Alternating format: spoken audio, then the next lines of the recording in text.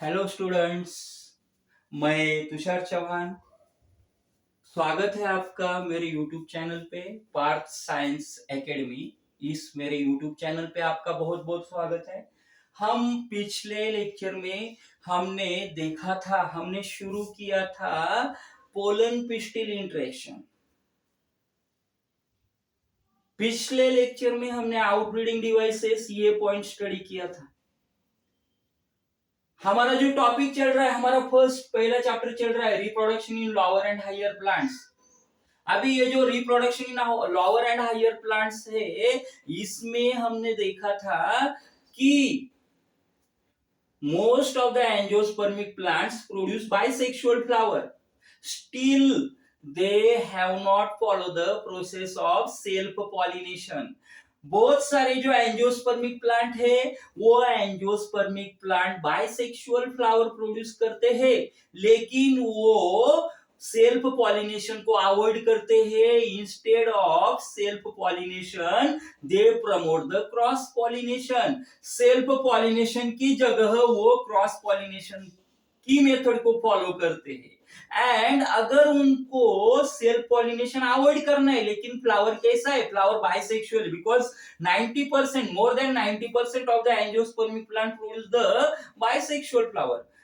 90% से ज्यादा जो एंजियोस्पर्मिक प्लांट्स है, वो एंजियोस्पर्मिक प्लांट्स बाइसेक्सुअल फ्लावर अगर प्रोड्यूस करते हैं और उनको क्रॉस पॉलिनेशन भी करना है, तो उनको कुछ ना कुछ मेथड डेवलप करनी पड़ेगी। And that methods are known as outbreeding devices. ये जो मेथड्स है, उन मेथड्स को आउटब्रीडिंग डिवाइसेस बोला जाता है। वो आउटब्रीडिंग डिवाइसेस हमने पिछले ही वीडियो में डिस्कशन उसका किया है। अगर आपने वो देखा नहीं है, तो ये वीडियो देखने के बाद तुरंत आप पिछले वाले वीडियो देख लो, पिछले वाले लेक्चर देख लो, ताकि आपको कंटिन्यूएशन में ध्यान में आएगा, अच्छी तरह से समझ में आएगा कि क्या चल रहा है। तो कल मैंने आपको बताया था, यानी पिछले वीडियो में मैंने आपको बताया था कि अगर आपको पोलन पिस्टिल इंटरेक्शन का अंडरस्टैंडिंग नहीं होता है, तो आज जो हम पॉइंट लेने वाले हैं, जिसका नाम है डबल फर्टिलाइजेशन, ये पॉइंट भी आपको अंडरस्टैंड नहीं होगा। इसीलिए pollen pistil interaction it is the one of the most important phenomenon, it is the one of the most important process that you must understand. अगर ये अंडरस्टैंड नहीं हुआ है आपको, तो फिर आपको ये पूरा चैप्टर है उसका एब्स्ट्रैक्ट ही ध्यान में नहीं आया है। तो इसीलिए आपको क्या करना है कि आपको ये अच्छी तरह से समझना पड़ेगा कि पोलन पिस्टल इंटरेक्शन क्या है। अभी पोलन पिस्टल इंटरेक्शन नाम में ही क्या आता है, pollen grains are associated with the anther. Anther represents the androecium. Androecium is nothing but male reproductive system. Anther जो है वो male reproductive system भी हम उसको बोलते हैं। एंथर जो है वो एंड्रोशियम का पार्ट है। एंड्रोशियम को ही हम मेल रिप्रोडक्टिव सिस्टम बोलते हैं और एंथर एंड्रोशियम का पार्ट है। एंथर रिप्रेजेंट्स द और anther is associated with the development of pollen grain. Anther के अंदर जो स्पोरेंजियम है, उसके अंदर जो पोलन चेंबर है, उन पोलन चेंबर में क्या होता है, हमने इसका भी एक्सप्लेनेशन पिछले वाले लेक्चर्स में देखा है कि एंथर के अंदर जो पोलन चेंबर होता है, उसमें पोलन ग्रेन्स का डेवलपमेंट होता है। अभी जो मैच्योर पोलन ग्रेन है वो एंथर के सरफेस के ऊपर आ जाते हैं। फिर अगर जब वो सरफेस के ऊपर आ गए, तो फिर वो पोलन ग्रेन्स का शिफ्टिंग होता है। कहां से कहां पे, एंथर से लेके स्टिग्मा तक। स्टिग्मा क्या है, अभी देखो, pollen grain represents the pollen pistil interaction में जो पोलन ग्रेन है वो किसको रिप्रेजेंट करते हैं, वो एंड्रोशियम को रिप्रेजेंट करते हैं, यानी वो मेल रिप्रोडक्टिव सिस्टम को रिप्रेजेंट करते हैं। और उसमें ही अगर जो पोलन ग्रेन्स है वो मेल रिप्रोडक्टिव सिस्टम को रिप्रेजेंट करते, तो पिस्टिल क्या है, pistil consist stigma, style and ovary. Stigma, style and ovary togetherly called as carpel. Stigma, style and ovary को हम कार्पेल बोलते हैं। ये जो कार्पेल है, carpel is also known as gynoecium, it is also known as female reproductive system. ये carpel ही किसका रिप्रेजेंटेटिव है? गाइनोसियम का रिप्रेजेंटेटिव है, उसको ही हम फीमेल रिप्रोडक्टिव सिस्टम बोलते हैं। Means the pollen pistil interaction is nothing but interaction between male reproductive system and female reproductive system in the angiospermic plants। angiospermic plants में जो क्या है, इन दोनों में जो कुछ इंटरेक्शन होने वाला है, female reproductive system and mail reproductive system, means pollen grains and stigma. Pollen grains ये मेल रिप्रोडक्टिव सिस्टम को रिप्रेजेंट करते हैं और स्टिग्मा ये फीमेल रिप्रोडक्टिव सिस्टम को रिप्रेजेंट करता है। इन दोनों में जब जो भी कुछ इंटरेक्शन होता है, this interaction is known as pollen pistil interaction. Pollen pistil interaction starts from pollination and ends with the successful fertilization. ये प्रोसेस कब शुरू होती है और कब खत्म होती है, कब बंद होती है? ये प्रोसेस शुरू होती है जब पॉलिनेशन होता है और बंद होती है जब पॉलिनेशन का जो रिजल्ट है कि पॉलिनेशन के बाद फर्टिलाइजेशन होना चाहिए। जब फर्टिलाइजेशन कंप्लीट हो जाता है तब ये जो प्रोसेस है पोलन पिस्टल इंटरेक्शन की, वो प्रोसेस खत्म होती है। तो it starts from the pollination and completes after the successful fertilization. ये सक्सेसफुल फर्टिलाइजेशन के बाद क्या होती है? बंद हो जाती है प्रोसेस। तो अभी देखो, सपोज दिस इज स्टिग्मा।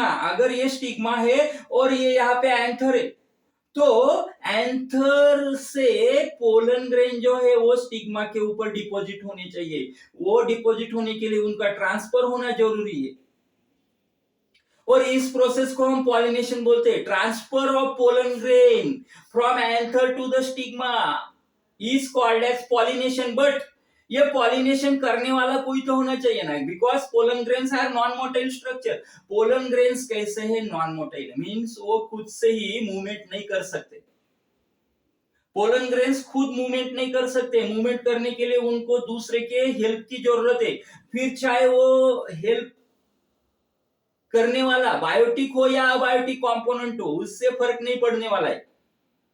हमने पॉलिनेटिंग एजेंट में देखा है, बायोटिक कंपोनेंट भी है, अबायोटिक कंपोनेंट भी है। अबायोटिक कंपोनेंट में आता है विंड, उसके बाद आता है वाटर, और बायोटिक में जो है, बायोटिक में तो मोस्ट ऑफ हनी बीज, इंसेक्ट, एंट्स, बर्ड्स, ये सब किस में आते हैं? बायोटिक कंपोनेंट में आते हैं। फिर कंपोनेंट कौन सा भी हो, लेकिन पॉलिनेशन होना चाहिए। When the pollination takes place, means transfer of pollen grain from anther to the stigma is known as pollination, and after the pollination the pollen grains are deposited on the stigma। ये जो stigma है, apex जो है, ओरी का apex जो ऊपर वाला भाग है, उसको हम स्टिग्मा बोलते हैं। ओरी और ये स्टिग्मा को ज्वाइन करने वाला पोर्शन है, उसको हम स्टाइल बोलते हैं। Style is basically hollow tube. Style जो है वो हॉलो ट्यूब है, और ओरी के अंदर क्या होता है? एम्ब्रियो सैक होता है। एम्ब्रियो सैक के अंदर फीमेल गैमेट होता है। तो अभी क्या हो गया कि पोलन ग्रेन ये स्टिग्मा के ऊपर डिपॉजिट हो गया। चलो, डिपॉजिट हो गया, पोलन पिस्टल इंटरेक्शन स्टार्ट्स। अगर पोलन ग्रेन उसी, ऐसा तो नहीं है ना कि चलो हनी बीज जो है वो एक ही स्पेसिस के प्लांट के ऊपर माइग्रेट होती रहेंगी, ऐसा तो नहीं है। हनी बीज रोजा सिनेंसिस जासवंत के प्लांट के ऊपर बैठी, उस फ्लावर के ऊपर बैठी, वहां से निकली और वो जाके पोमोग्रेनेट के फ्लावर के ऊपर बैठी। पोमोग्रेनेट का जो फीमेल फ्लावर है उसके ऊपर उसने जो रोजा सिनेंसिस, यानी जिसको हम जासवंत बोलते हैं, उसका क्या किया? पोलन ग्रेन जो है वो शिफ्ट कर दे। अभी देखो, पोमोग्रेनेट का स्टिग्मा है और रोजा सिनेंसिस के पोलन ग्रेन से, इसमें इंटरेक्शन होगा क्या? इसमें पोलन पिस्टिल इंटरेक्शन नहीं होगा, क्योंकि मेल गैमेटोफाइट है वो अलग स्पीसीज का है और फीमेल गैमेटोफाइट का रिप्रेजेंटेटिव जो है वो पोलन ग्रेन अलग स्पीसीज का है, तो स्टिमुलेशन मिलेगा ही नहीं ओरी को। इसीलिए आगे वाला पोलन पिस्टिल इंटरेक्शन होगा ही नहीं। पोलन का जर्मिनेशन वो जगह पे होता नहीं है। पोलन जर्मिनेशन होने के लिए मेल गैमेटोफाइट और फीमेल गैमेटोफाइट एक ही स्पीसीज के होने चाहिए। जो पोलन ग्रेन डिपॉजिट हुए, अगर ये पोमोग्रेनेट का फीमेल फ्लावर है तो पोमोग्रेनेट के मेल फ्लावर के जो पोलन ग्रेन है उनका ही डिपोजिशन यहाँ पे होना चाहिए, अदरवाइज पोलन पिस्टल इंटरेक्शन होता नहीं। चलो मान लिया पहला जो है वो मैंने आपको खाली आपको इंफॉर्मेशन होनी चाहिए इसलिए बताया। पहला जो पॉसिबिलिटी कि अगर दूसरे स्पीसीज का पोलन ग्रेन गिरता है तो फर्टिलाइजेशन होगा ही नहीं क्योंकि पोलन जर्मिनेशन होगा नहीं। तो अभी क्या हुआ कि अभी हम आते हैं कि ये सपोज जो फ्लावर है पोमोग्रेनेट का, उसके ऊपर क्या हुआ, पोमोग्रेनेट का जो मेल फ्लावर है वहां से लेके पोलन ग्रेन्स यहाँ पे आए हैं, फीमेल फ्लावर के स्टिग्मा के ऊपर आए, तो अभी स्पीसीज एक ही, यानी स्पीसीज एक होनी चाहिए। बाद में उसमें क्या होता है, इंटरैक्शन होता है। तो इस प्रकार से जब हम देखते हैं कि when the pollen grains become deposited on the stigma of the female flower, the female ovary gets stimulated and the surface of the stigma secrete the sugary syrup. ये जो स्टिग्मा का सरफेस है, ये स्टिग्मा का surface sugary syrup release करने लगता है। Sugary syrup release करने लगता है, इसका मतलब क्या है, sugary syrup consist water with nutritional minerals with glucose, इसलिए हमने उसको बोला sugary syrup. Basically it is liquid and this liquid become absorb by the pollen grain. ये लिक्विड को, इस लिक्विड को पोलन ग्रेन एब्सॉर्ब करता है। Basically pollen grain is a unicellular structure. Inside the pollen grain cytoplasm is present, two male gametes are present with a vegetative cell. तो इस प्रकार से पोलन ग्रेन के अंदर पहले से ही बहुत सारा मटेरियल है। जब वो और मटेरियल और लिक्विड एब्सॉर्ब करता है तो अंदर उसकी जो कैपेसिटी है वो धीरे धीरे कम होने लगती है लिक्विड को होल्ड करने की। जब लिक्विड का कॉन्सेंट्रेशन बढ़ जाता है अंदर, तो एक मोमेंट ऐसा आता है कि पोलन ग्रेन जर्म पोर से ब्लास्ट होता है। जर्म पोर क्या है, पोलन ग्रेन की जो आउटर मोस्ट लेयर है जिसको हम एक्साइन बोलते हैं, वो जहां पे थीन होता है उसको, उस पॉइंट को जर्म पोर बोलते हैं। तो अंदर से जो अंदर साइटोप्लाज्म है, जो अंदर शुगरी सिरप एब्सॉर्ब किया है पोलन ग्रेन ने, ये शुगरी सिरप प्लस साइटोप्लाज्म बाहर की डायरेक्शन में प्रेशर एक्सर्ट करते हैं, और जैसे ही उसका सैचुरेशन लेवल कंप्लीट होता है, pollen grain become blast from the germ pore. Germ pore से पोलन ग्रेन ब्लास्ट होता है और वो जो it leads to formation of pollen tube, उसमें से डेवलप होता है पोलन ट्यूब। पोलन ग्रेन सीधा डायरेक्टली स्टिग्मा के अंदर जाता नहीं है। पोलन ग्रेन क्या करता है, मेल गैमेट्स तो किधर जाने हैं, मेल गैमेट्स यहाँ पे एम्ब्रियो सैक तक आने, ये हो गया आपका स्टिग्मा, यहाँ से मेल गैमेट को एम्ब्रियो सैक तक आना है। तो ये पोलन ग्रेन डायरेक्टली नहीं आएगा, खुद से नहीं आएगा, ये पोलन ट्यूब का फॉर्मेशन करेगा वो, और उस पोलन ट्यूब के जरिए यहाँ पे मेल गैमेट आते। तो when the germ pore breaks, the formation of pollen tube takes place. The developing end of the pollen tube become tapering. Tapering होता है यानी आगे वाला जो है वो पोर्शन जो है वो किसी को भी ब्रेक कर सकता है, किसी भी सरफेस को ब्रेक कर सकता है। तो ये जो एंड है आगे वाला वो टैपरिंग है। इसीलिए जब पोलन ट्यूब का फॉर्मेशन होता है, when the formation of pollen tube takes place, immediately it breaks the surface of the stigma, because stigma become also liquidify, so stigma is also very delicate. Stigma के ऊपर भी क्या है, liquid है, sugary syrup है, इसलिए stigma भी क्या हो गया है, अभी डिसॉल्व होने के लिए तैयार हो गया है। स्टिग्मा बहुत ज्यादा डेलिकेट हो जाता है कि इजीली पोलन ट्यूब क्या कर जाती है, उसको ब्रेक करके अंदर पोलन ट्यूब का डेवलपमेंट होने लगता है।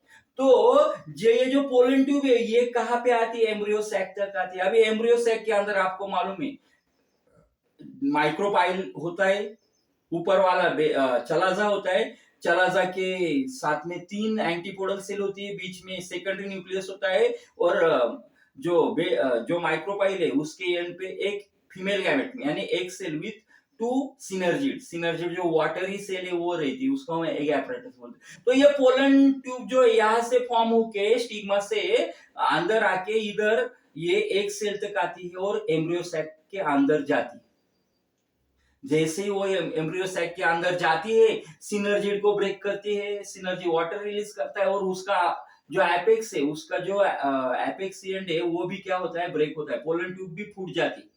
और पोलन ट्यूब दो मेल गैमेट्स सिस्टम में रिलीज कर देती। सिस्टम में रिलीज करने के बाद एक जो पहला वाला मेल गैमेट है वो एक सेल के साथ फ्यूजन उसका होता है, वो जाइगोट प्रोड्यूस करता है। और दूसरा वाला मेल गैमेट जो है वो सेंटर में जो सेकेंडरी न्यूक्लियस है उसके साथ उसका फ्यूजन होता है। तो देखो, इस प्रकार से जब जाइगोट का प्रोडक्शन हो गया तो फर्टिलाइजेशन कंप्लीट हो गया, जो एम है प्रोसेस का वो कंप्लीट हो गया।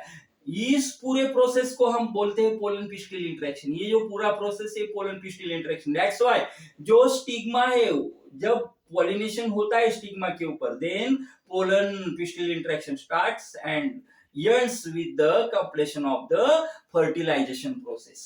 फर्टिलाइजेशन जब कंप्लीट होता है तब पोलन पिस्टिल इंटरेक्शन कंप्लीट होता है। तो अभी हमको देखना है, अभी आई थिंक आपको पोलन पिस्टिल इंटरेक्शन क्या है ये जनरल कंसेप्ट ध्यान में आ गई है।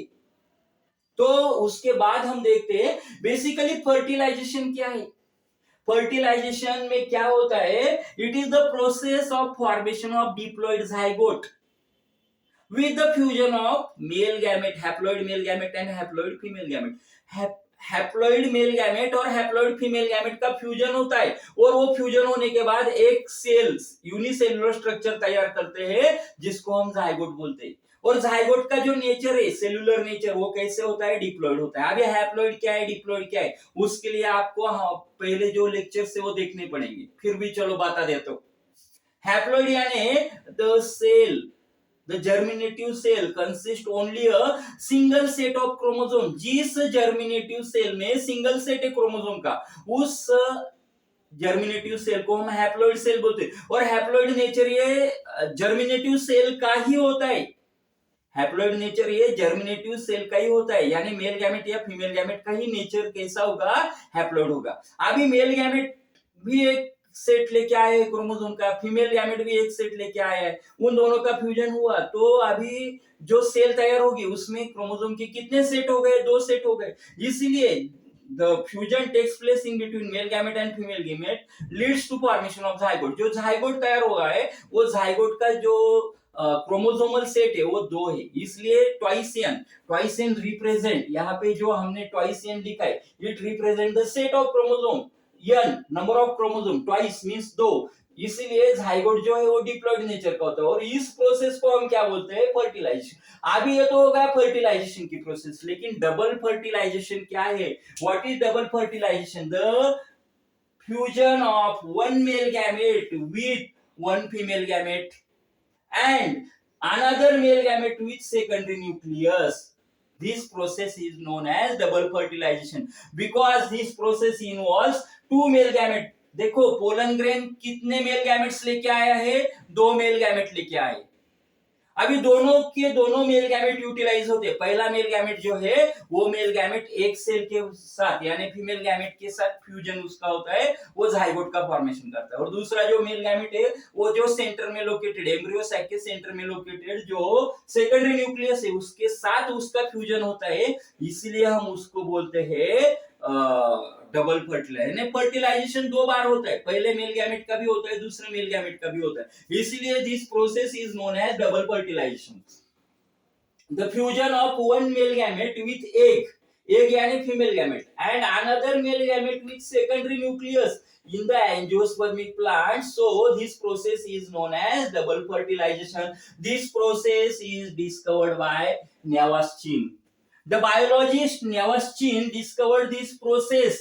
ये जो डबल फर्टिलाइजेशन की प्रोसेस है, ये प्रोसेस Navaschin ने क्या की है, डिस्कवर की है। अभी हम आते हैं, आपको मुझे मालूम है कि आपको क्या पता चल गया, आपको 100% अंडरस्टैंडिंग हुआ है पोलन पिस्टिल इंटरेक्शन का। अगर ये अंडरस्टैंडिंग हो गए तो अभी डबल फर्टिलाइजेशन आपका एकदम इजीली अंडरस्टैंड होगा। बहुत सिंपल प्रोसेस है, लेकिन प्रोसेस कौन सी आनी चाहिए आपको, पोलन पिस्टिल इंटरेक्शन की प्रोसेस अगर आपको अंडरस्टैंड हो गई है तो ये डबल फर्टिलाइजेशन एकदम से इजी प्रोसेस है। देखो क्या होता है, पॉलिनेशन होता है, यहाँ पे मैंने दिखाया है क्या है, ये स्टिग्मा है, ये स्टाइल है, ये ओवरी पूरी। अभी स्टिग्मा स्टाइल एंड ओरी it become togetherly known as carpel. Carpel is nothing but it is also called as gynoecium female reproductive system. ये carpel है, इसको हम gynoecium बोलते हैं, इसको हम female reproductive system बोलते हैं. चलो ठीक है. तो फिर यहाँ पे प्रोसेस स्टार्ट होने वाली है डबल फर्टिलाइजेशन की, जिसमें पोलन ग्रेन्स यहाँ पे हमको स्टिग्मा के ऊपर डिपोजिशन उनका दिखता है.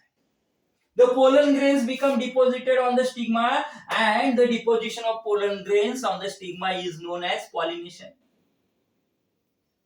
Means transfer of pollen grain from anther, इधर कहीं तो एंथर होगा, दूसरे फ्लावर में एंथर होगा, वहां से ये जो पोलन ग्रेन है उनका शिफ्टिंग हो गया है, डिपोजिशन हो गया है, ट्रांसफर हो गया है. किसके ऊपर? एम्ब्रियो सॉरी किसके ऊपर? स्टिग्मा के ऊपर. The transfer of pollen grain from the transfer of pollen grain from anther to the stigma and the pollen grains gets deposited on the stigma. This process is known as pollination.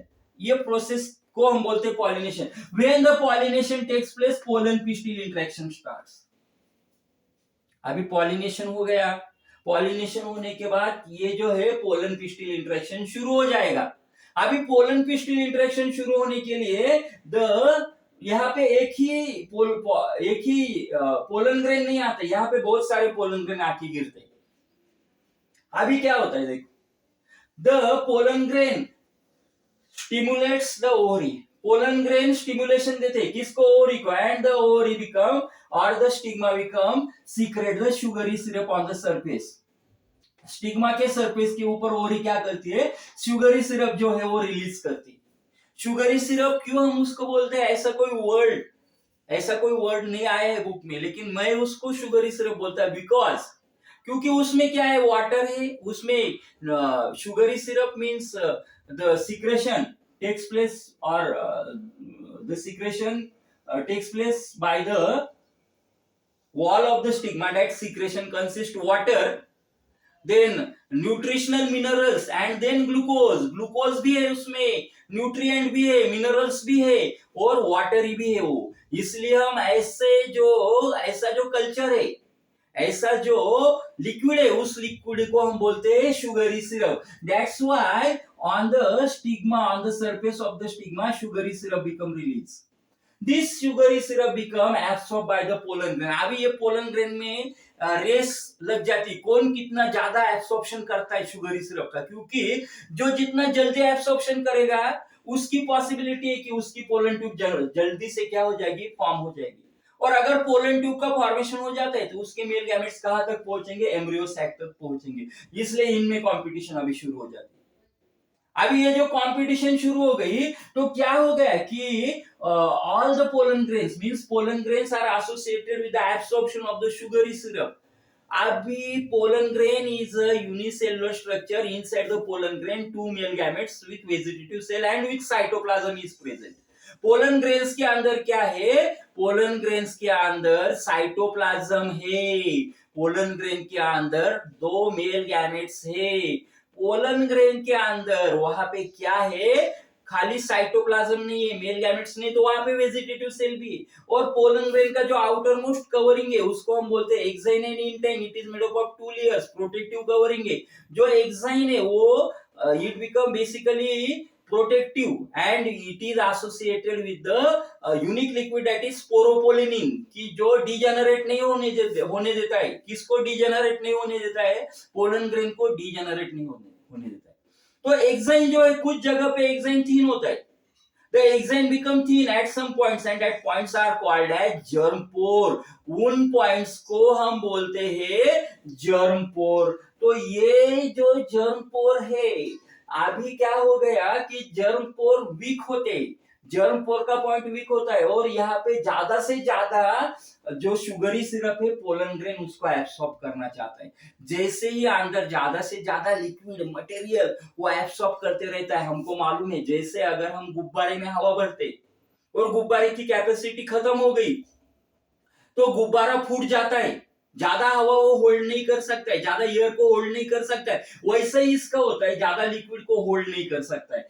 तो अंदर liquid का saturation होते जाता है, liquid का concentration बढ़ते जाता है, साइटोप्लाज्म भी. तो वो जो है वो बाहर की डायरेक्शन में फोर्स एक्सर्ट करता है. अभी अंदर से बाहर के डायरेक्शन में फोर्स एक्सर्ट होने लगता है, तब एकदम से ब्लास्ट होता है, पोलन ग्रेन फूटता है, पोलन ग्रेन ब्रेक होता है, पोलन ग्रेन में ब्लास्ट होता है, पोलन ग्रेन ब्रेक होता है। और ये जो पोलन ग्रेन है, ये पोलन ग्रेन जैसे ही ब्रेक होता है, इसमें जैसे ही ये फूटता है, तो उससे क्या होता है, फॉर्मेशन, वो कहां पे फूटता है, कहां पे ब्रेक होगा, germ pore. The pollen grain breaks at the point of germ pore, and from the point of germ pore, it leads to formation of pollen tube. जैसे ही यहाँ पे वो पोलन ग्रेन का जर्म पोर के ऊपर से वो पोलन ग्रेन क्या हो जाती है, वो पोलन ग्रेन ब्लास्ट होता है, वो पोलन ग्रेन फूटता है, ब्रेक होता है जर्म पोर से, तो वैसे ही इमीडिएटली पोलन ट्यूब का फॉर्मेशन होता है। अभी pollen tube, the apex point of the pollen tube become tapering. Tapering होता है यानी वो कैपेबल होता है, किसको भी ब्रेक कर सकता है। तो यहाँ पे ये जो सरफेस है, ये पोलन ट्यूब का, ये स्टिग्मा का सरफेस है, ये स्टिग्मा का सरफेस बहुत ज्यादा डेलिकेट हो गया है, क्योंकि ये भी उसके ऊपर लिक्विड है, तो लिक्विड मीडियम होने की वजह से उसमें डेलिकेसी आती है, वो बहुत ज्यादा डेलिकेट हो जाता है, इसलिए बहुत ज्यादा इजी हो जाता है उसको ब्रेक करना। Pollen tube easily break the surface of the stigma and enter into the style. ये जो पोलन ट्यूब है, ये इस स्टिग्मा के सरफेस को ब्रेक करती है और यहाँ पे एंटर हो जाती है। Style is a hollow tube है कि जो जिसका फंक्शन क्या है, स्टिग्मा और ओवरी को ज्वाइंट करना। अभी इस स्टाइल से होते हुए ये जो पोलन ट्यूब है, वो the pollen tube develop towards the micropyle of the embryo sac. अभी ये जो पोलन ट्यूब है, वो माइक्रोपाइल की तरफ डेवलप होने लगती है। इस प्रकार से this is how the formation of pollen tube takes place. Now at the micropylary end, what happens? The pollen tube come towards the micropylary end and enter into the embryo sac. Micropylary end से वो embryo sac में enter होती है। When the pollen tube enter into the embryo sac, the two synergids become breaks.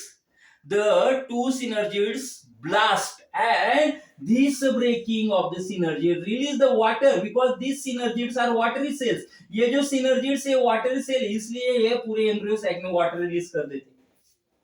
With the pollen tube, two male gametes, generative means vegetative cell, also come with its cytoplasm towards the embryo sac. ये जो है pollen tube का formation इसीलिए हुआ है कि इस pollen tube की जरिए ये जो मेल गैमेट्स है, वो यहां से पोलन ग्रेन से कहां तक पहुंच सके, इस एम्ब्रियो सैक तक पहुंच सके।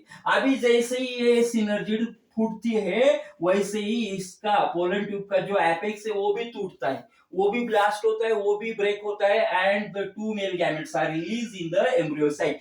एम्ब्रियो सैक में दो मेल गैमेट्स जो है, वो दो मेल गैमेट्स रिलीज हो जाते हैं। अभी जैसे ही दो मेल गैमेट्स एम्ब्रियो सैक में रिलीज हो गए, जो पहला मेल गैमेट है, वो उसका फ्यूजन होता है, एक सेल माइक्रोपाइल एंड के ऊपर दो सिनर्जिड के साथ एक सेल होती है, एक सेल को हम फीमेल गैमेट बोलते हैं। तो पहला मेल गैमेट एक सेल के साथ फ्यूज होता है, उसका फ्यूजन होता है और वो प्रोड्यूस करता है zygote, diploid zygote. And then second जो मेल गैमेट है, वो सेकंड मेल गैमेट कहां पे जाता है, ये जो सेंट्रली लोकेटेड सेकेंडरी न्यूक्लियस है, उसके साथ उसका फ्यूजन होता है। इस फ्यूजन को हम ट्रिपल फ्यूजन बोलते हैं, क्योंकि सेकेंडरी न्यूक्लियस में already it is single cell having two nucleus, उसमें दो न्यूक्लियस है, means it is diploid nature की सेल है, तो उसके साथ ये मेल गैमेट का फ्यूजन होता है, ये वेजिटेटिव फ्यूजन बोला जाता है इसको। और ये इसका रिजल्ट क्या होता है कि ये ट्रिप्लॉइड एंडोस्पर्म को प्रोड्यूस करने वाला है आगे जाके। प्राइमरी ये जो सेल तैयार होती है, ये जो सेल है वो उसमें तीन न्यूक्लियस होती है, इसलिए इस सेल को हम बोलते हैं, प्राइमरी एंडोस्पर्म न्यूक्लियस को हम बोलते हैं ट्रिपल फ्यूजन। तो इस प्रकार से पहला मेल गैमेट भी यहाँ पे क्या हो गया, वो भी उसका भी फ्यूजन हुआ और दूसरे मेल गैमेट का भी फ्यूजन हुआ। Both the male gametes are participated in the process of fertilization, so this process is called as, इसीलिए इस प्रोसेस को हम बोलते हैं डबल फर्टिलाइजेशन। जब जाइगोट का फॉर्मेशन होता है उसको हम सिंगेमी बोलते हैं, उस फिनोमेनन को हम सिंगेमी बोलते हैं। लेकिन overall this process is known as double fertilisation.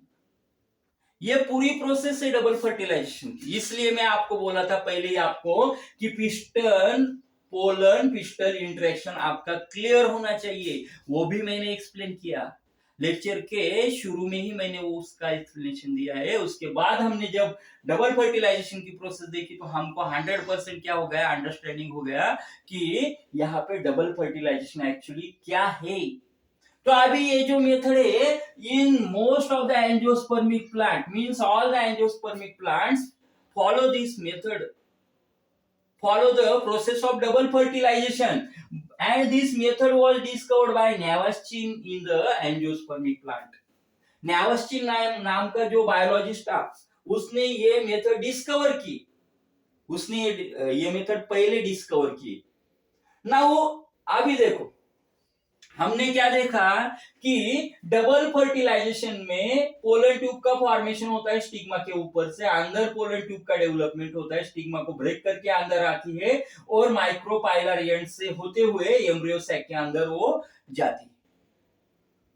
इसमें भी तीन पॉसिबिलिटी, एक तो ये माइक्रोपाइलर एंड से जाएगी, ये जो प्रोसेस है देखो एम्ब्रियो सैक में हम क्या बोल सकते हैं, ये चालाजल एंड है, ये उसका जो आउटर मोस्ट जो कुछ प्रोटेक्टिव लेयर है एम्ब्रियो सैक का, उसको हम इंटेग्यूमेंट बोलते हैं, जो मैंने यहाँ पे दिखा है, यहाँ पे ये इंटेग्यूमेंट का पार्ट हो गया। अभी इंटेग्यूमेंट ऐसा है कि 90% प्लांट में माइक्रोपाइलर एंड से ही पोलन ट्यूब एंटर होती है, लेकिन कुछ एक्सेप्शन में कुछ प्लांट ऐसे है कि जहां पे पोलन ट्यूब आएगी और यहाँ चलाजा को ब्रेक करके अंदर एम्ब्रियो सैक में जाएगी। कुछ में ऐसा होगा कि ये जो पोलन ट्यूब है यहाँ तक डेवलप होगी और यहाँ से इंटेग्यूमेंट से होते हुए वो एम्ब्रियो सैक में चली जाएंगी।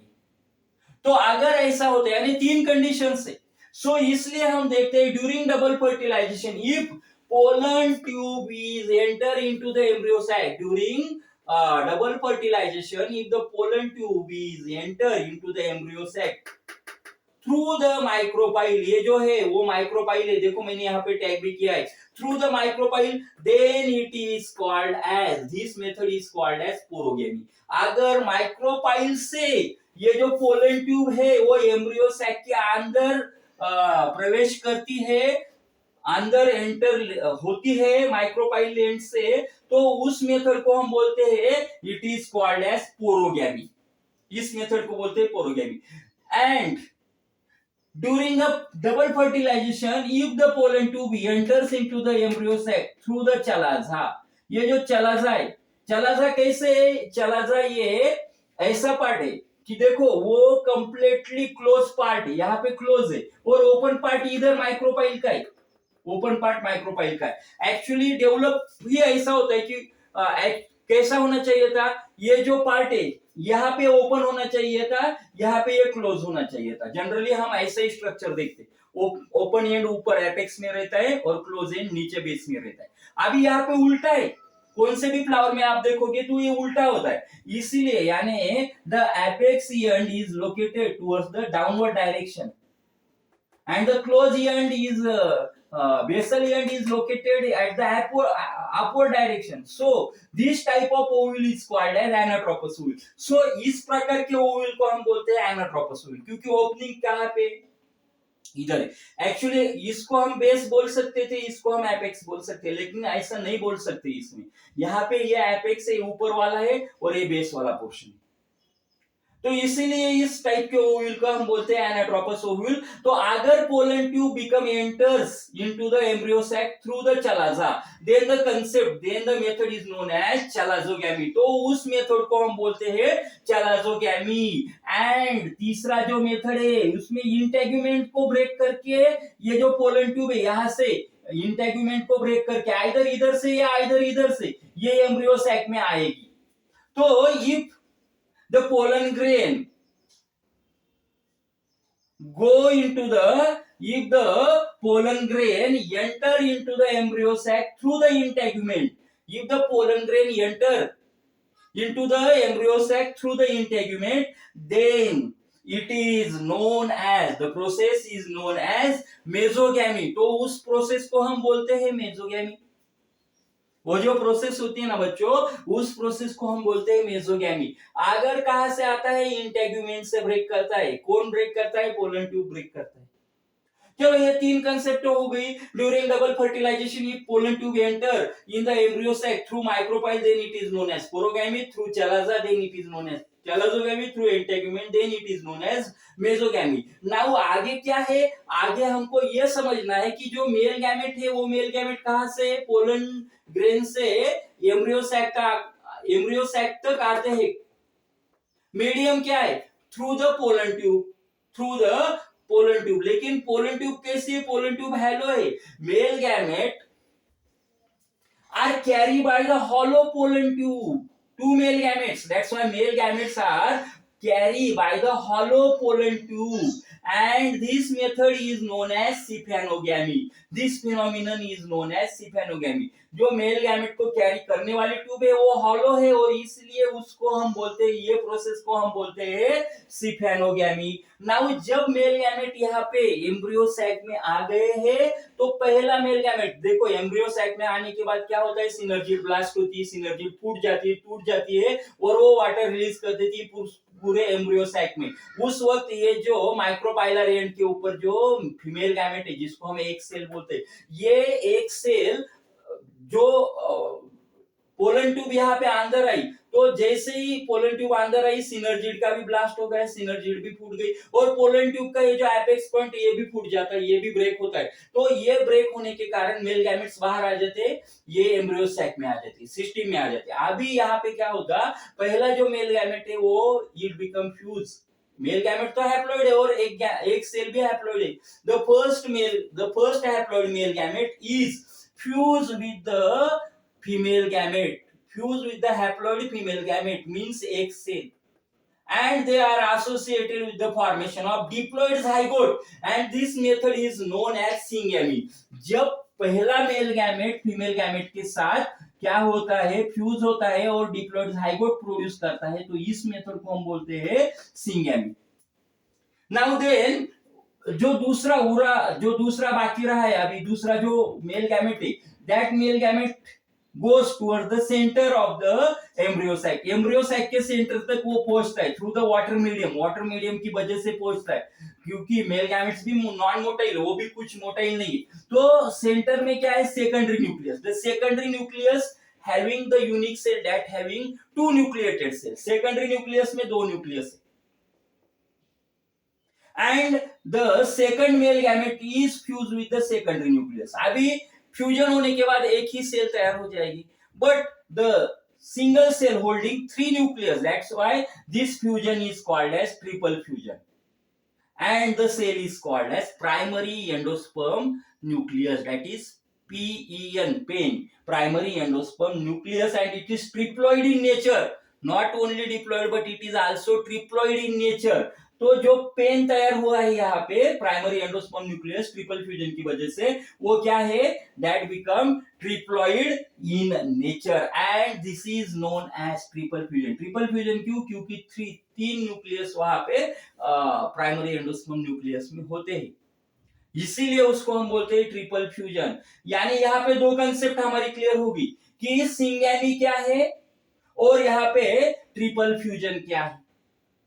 अभी क्या है, सिंगैमी में क्या होता है, सिंगैमी यानी fusion of haploid male gamete with haploid female gamete to produce the diploid zygote, that is syngamy, and syngamy is generative fertilization। क्योंकि syngamy में जो zygote तैयार हुआ है, zygote undergoes embryogenesis to form the embryo, and actually from the embryo holds plumule and radicle, and actually from the embryo the new plantlet become produced।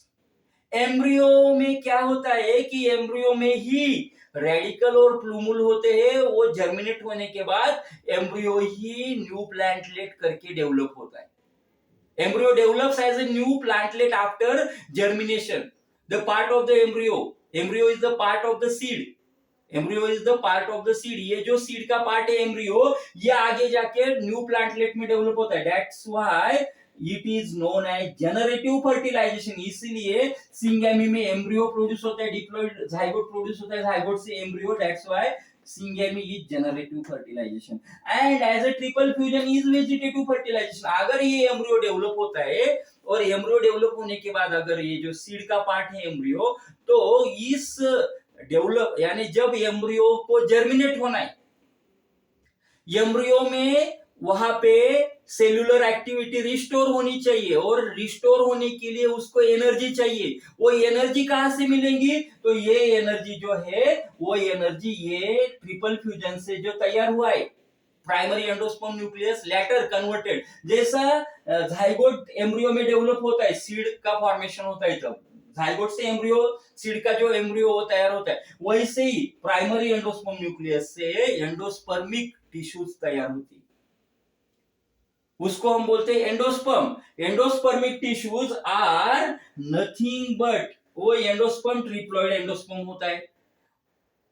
Triploid endosperm having endospermic tissues, and endospermic tissues are nutritive in nature. They supply the glucose, they supply the energy to the germinating phase, to the embryo at the germinative phase. Germination के phase के वक्त ये जो endospermic nutritive tissue ये क्या करती है? Glucose का सप्लाई करती है, किसको? एनर्जी का सप्लाई करती है, किसको? तो एम्ब्रियो को। इसीलिए उसको हम बोलते हैं vegetative fertilization. As triple fusion is known as vegetative fertilization. तो ये जो सिंगेमी है, syngamy is known as generative fertilization, while triple fusion is known as vegetative fertilization. Both the male gamete are participated in the fertilization, so the whole process is known as double fertilization. चलो ये तो आपको समझ में आ गया, ये आपके ध्यान में आ गया। अभी हम देखते हैं कि इसके सिग्निफिकेंस क्या है। कौन सी भी प्रोसेस होने दो उसके कुछ ना कुछ सिग्निफिकेंस रहते हैं। तो पहला जो सिग्निफिकेंस है, produce seed with food storage, यानी उसमें एम्ब्रियो, सीड जो है सीड में एम्ब्रियो भी है, और एम्ब्रियो के साथ साथ एंडोस्पर्म भी। एंडोस्पर्म में न्यूट्रिटिव टिश्यू है, तो वो न्यूट्रिटिव टिश्यू जर्मिनेशन के वक्त वो क्या करती है? एनर्जी सप्लाई करती है एम्ब्रियो को। एनर्जी का जो एनर्जी चाहिए वो एनर्जी कौन सप्लाई करता है? तो न्यूट्रिटिव टिश्यू सप्लाई करती है, एंडोस्पर्म सप्लाई करता है।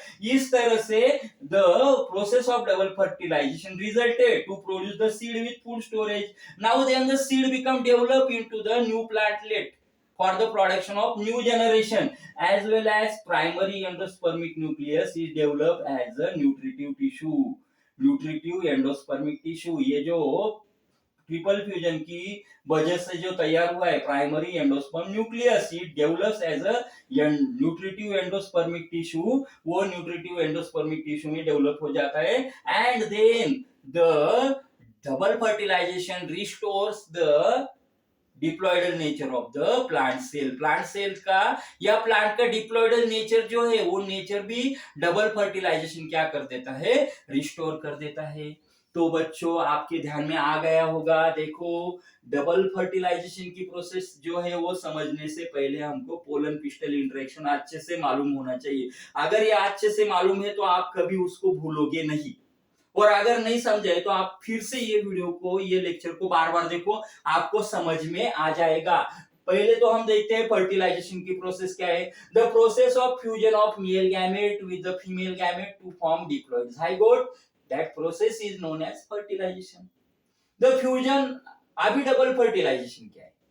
The fusion of one male gamete with egg and another male gamete with secondary nucleus in the angiospermic plant, that is known as double fertilization। उसको हम बोलते हैं double fertilization। Double fertilization was discovered by the Navesting scientist, botanist, or it is biologist, or he was biologist। ये जो है नेवेस्टिंग, ये biologist है। During double fertilization what happens?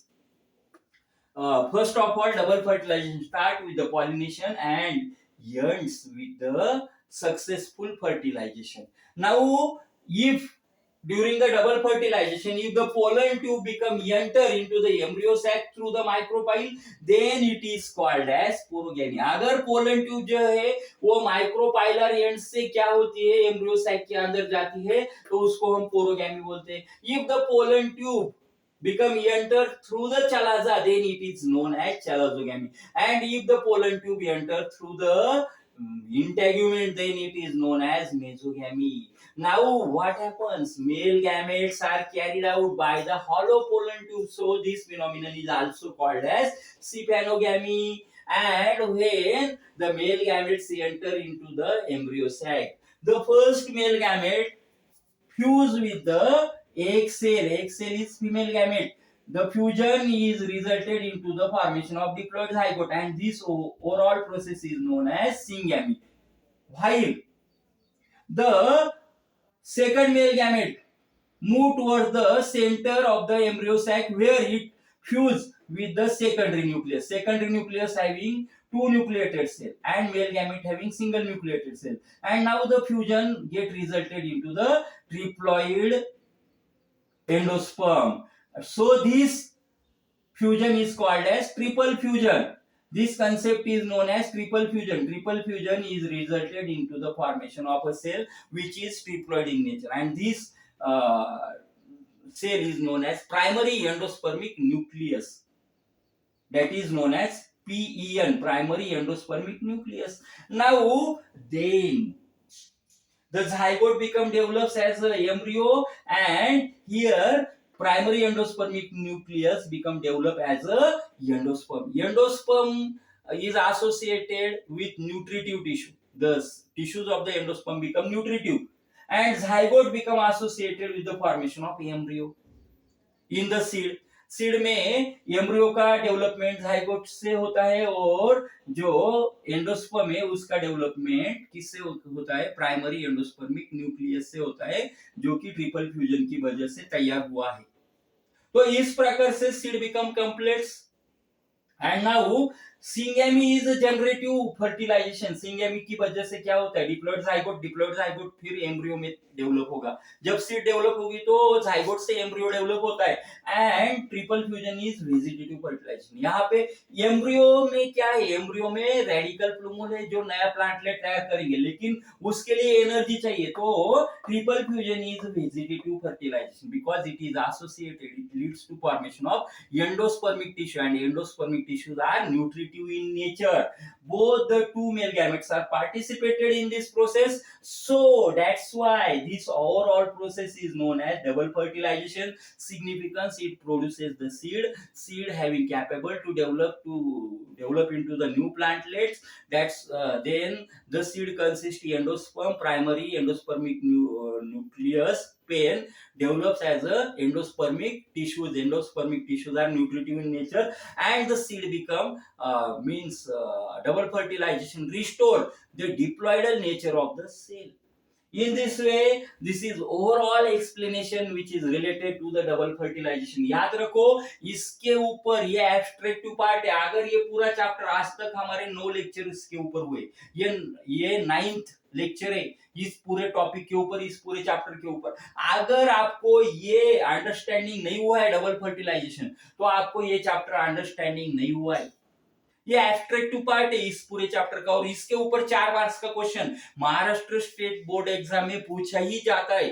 लगभग almost in each and every exam this question is asking by the board. Board ने इसके ऊपर question पूछा ही है. अगर एखाद एग्जाम में वो नहीं पूछते, लेकिन almost most of the exam this question become in the board exam also. ये क्वेश्चन आता है, explain the process of double fertilization. 4 marks के लिए होता है या 3 मार्क्स के लिए होता है. बहुत ही एब्स्ट्रैक्टिव ऐसा ये क्वेश्चन है. एब्स्ट्रैक्टिव क्वेश्चन है, वो आना चाहिए, और एकदम सिंपल क्वेश्चन है. अगर हम उसको अच्छे से अंडरस्टैंड करते हैं तो हमारे ध्यान में आता है. This same explanation that we have given in Marathi language also. Marathi language का भी वीडियो होता है, तो वो अगर आपको ये नहीं समझ में आता है तो आप मराठी लैंग्वेज के हो तो मराठी लैंग्वेज में भी उसको देख सकते हो. तो चलो मिलते हैं अगले वीडियो में, हम मिलते हैं अगले लेक्चर में मिलते हैं, जहाँ पे हम जो आगे वाला टॉपिक है वो कवर करने वाले हैं.